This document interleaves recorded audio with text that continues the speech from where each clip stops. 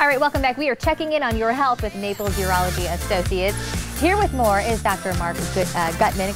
Great to have you on the show this morning. Thank you for having me. We're talking about a very important issue today, who should be screened for prostate cancer, and kind of delving into the different options with that. And I've just, in the last couple seconds here, have been learning a lot about it. I'm so happy to have you on the show this morning. Thank you for having me. When it comes to prostate cancer, I was asking you too, I had a family member who had it, and I remember it being kind of like a silent killer. There weren't any symptoms when he had it. One day he was just diagnosed, and that's where that journey began. So is that typically how it goes with most patients? It can, and that's why screening is so important. Usually what we want to do is you want to assess people and see if their 10-year life expectancy is good. If it is, then those are people that you want to focus on and make sure that we find something sooner rather than later. Yeah, absolutely. And the real trick here is there's a lot of different types of prostate cancer. Some are more aggressive, 10% of them are more aggressive.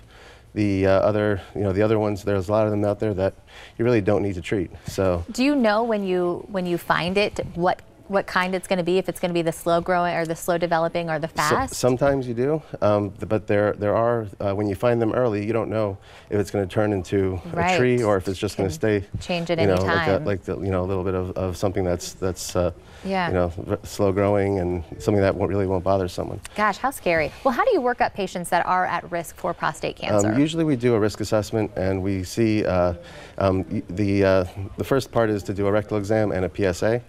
Those are the two mainstays. Usually by the time I get them, they've had those, and patients come to me, and then we want to see what's their actual risk level.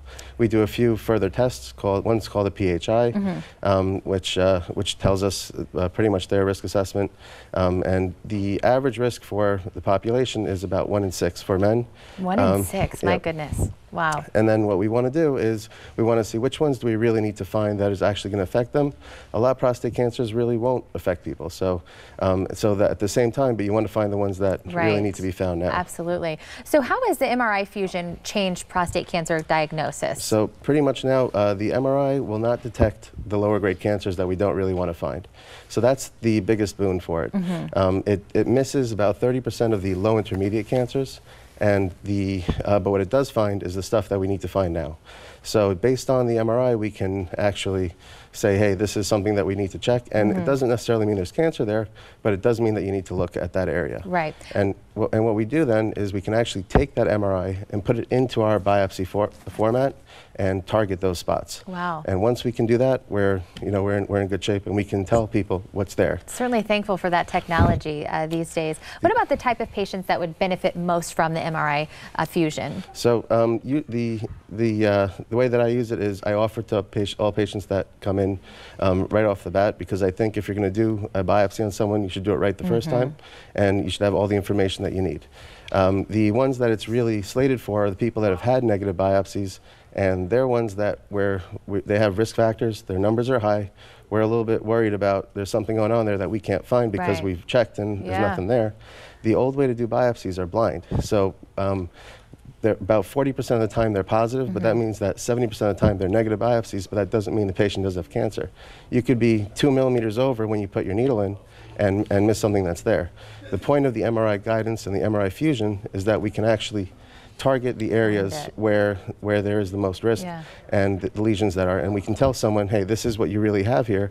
And then when we take, if you do a prostatectomy and we take the prostate out, if we do radiation, whatever it is, we treat them, we know we're treating the right cancer. And we didn't just nip the edge of something else that's there and there's something looming that we just totally missed. Right, very important. Well, if you want to check in on your health as well or learn more about what Dr. Gutman spoke about, you have several locations, but you are actually available at 2 different locations, and that's Naples and Marco Island, right? Yep, that's right. So downtown Naples, East Naples, and Marco Island. Perfect. And then that website, urologyofnaples.com, if you want to learn more about them there. We've got the information on the screen there. Any final thoughts you want to leave people with as we go? I just want to say hi to my wife and my 2 daughters.